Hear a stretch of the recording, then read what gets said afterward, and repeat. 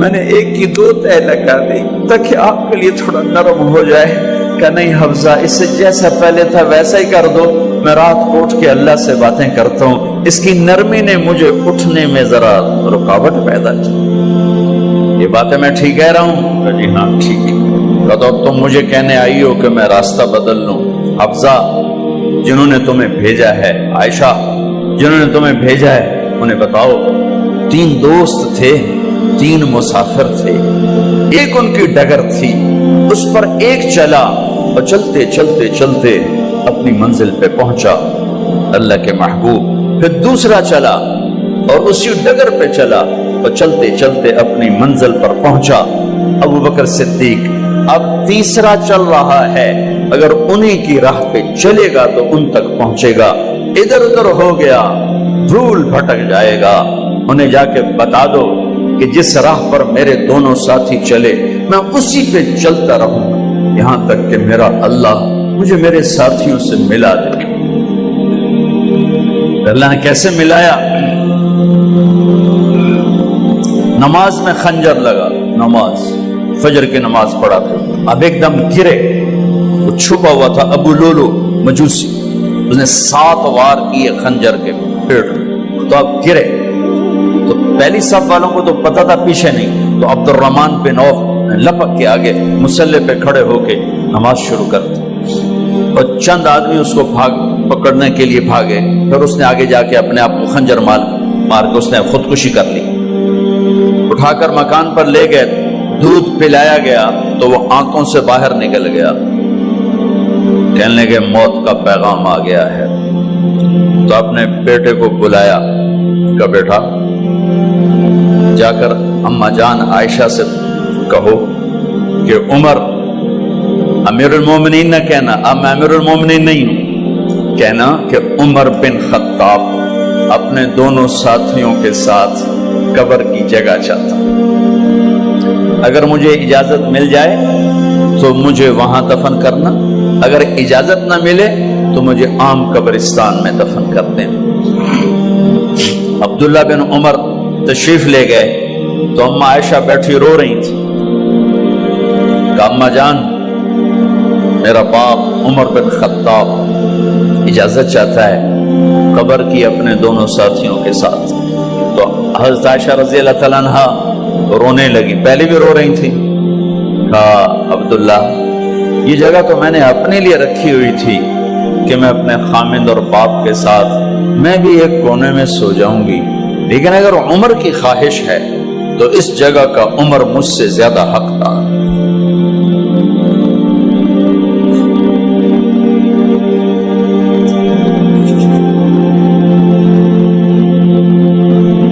بیٹے نے آ کر کہا ابا جان مبارک ہو، اجازت ہو گئی۔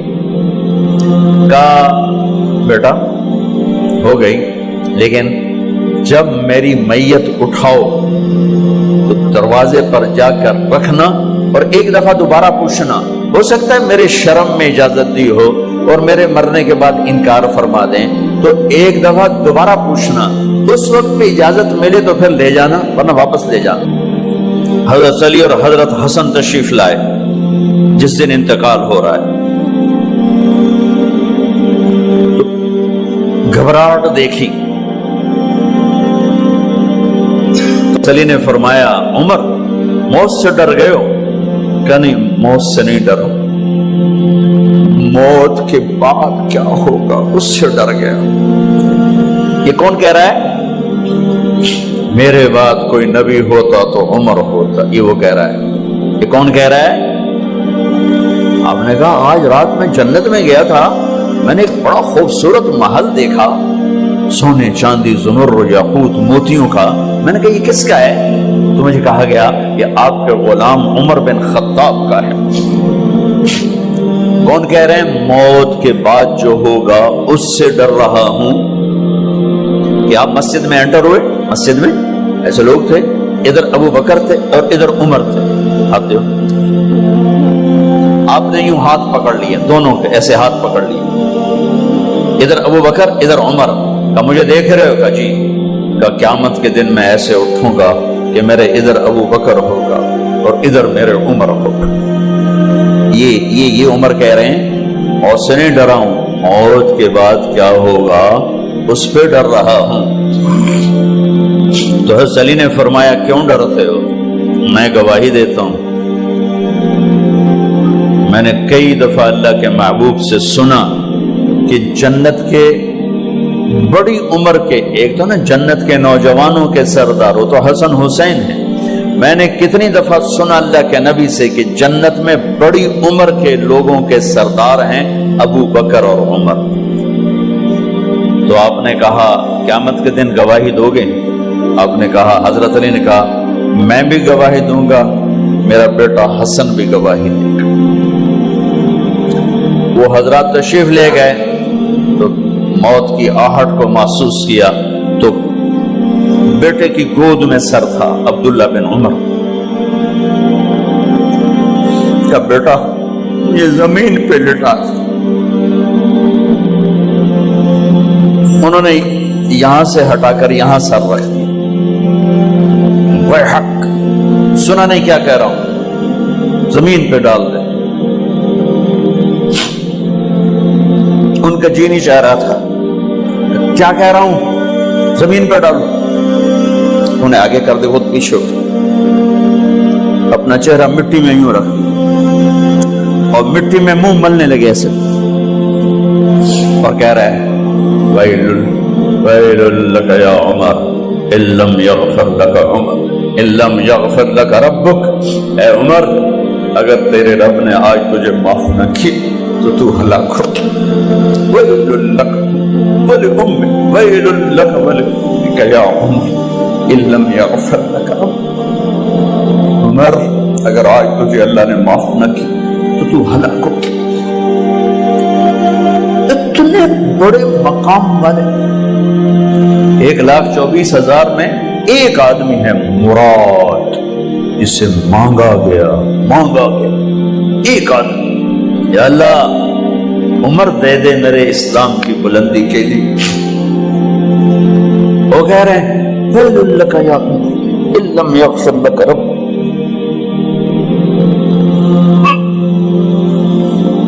اے عمر تو برباد ہو گیا اگر تیرے رب نے تجھے معاف نہ کی۔ یہ کہتے جان نکل گئی۔ صہیب رضی اللہ عنہ نے آپ نے وصیت فرمائی تھی میرا جنازہ صہیب پڑھائے، رومی جنازہ پڑھایا گیا،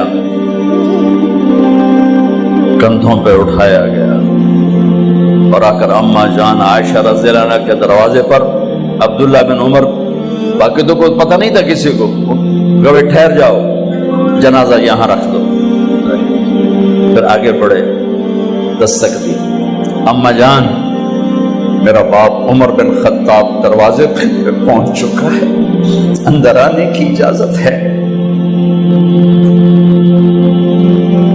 تو اماں جان عائشہ نے فرمایا مرحبا بعمر، ہم عمر کو خوش آمدید کہتے، اور باہر تشریف لے گئیں، وہیں حجرہ مبارک میں قبر کھودی گئی۔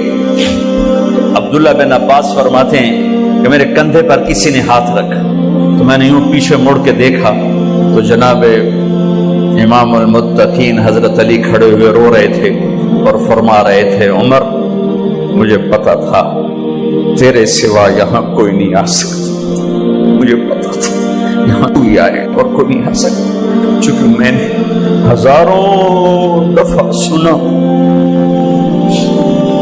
خرجت انا و ابو بکر و عمر دخلت انا و ابو بکر و عمر، میں نے ہزاروں دفعہ اپنے نبی کی زبان سے سنا میں اور ابو بکر عمر گئے تھے، میں اور ابو بکر عمر آئے تھے، میں اور ابو بکر عمر اندر گئے تھے، میں اور ابو بکر عمر باہر گئے تھے، میں نے اپنے نبی کے نام کے ساتھ تجھے اور ابو بکر کو اتنا سنا ہے کہ کسی کو نہیں سنا، لہذا مجھے پتا تھا تو اسی جگہ پہ آئے گا، تیری یہی جگہ ہے۔ میرے بھائی بہنوں، یہ وہ لوگ ہیں جنہوں نے رضی اللہ عنہ کا ٹائٹل جیتا اور پھر روتے روتے مر گئے۔ مجھے کیا خبر کیا ہونے والی، آپ کو کیا خبر کیا ہونے والی؟ بے شک میرا رب رحیم ہے، اس کے رحم کے تو فعلی کام بنے گا، کیڑیاں تقریراں تے کیڑے علم، کیڑیاں نمازت تے کیڑیاں سجدہ، کم تو اس کی رحمت پر بنے گا، پر یہ اعمال اس کی رحمت کو لینے کا راستہ ہیں۔ یہ بھی ٹھیک نہیں ہے کہ اللہ غفور الرحیم ہے، آپ ہی معاف کرے گا، یہ یزید اور حسین کو برابر تو نہ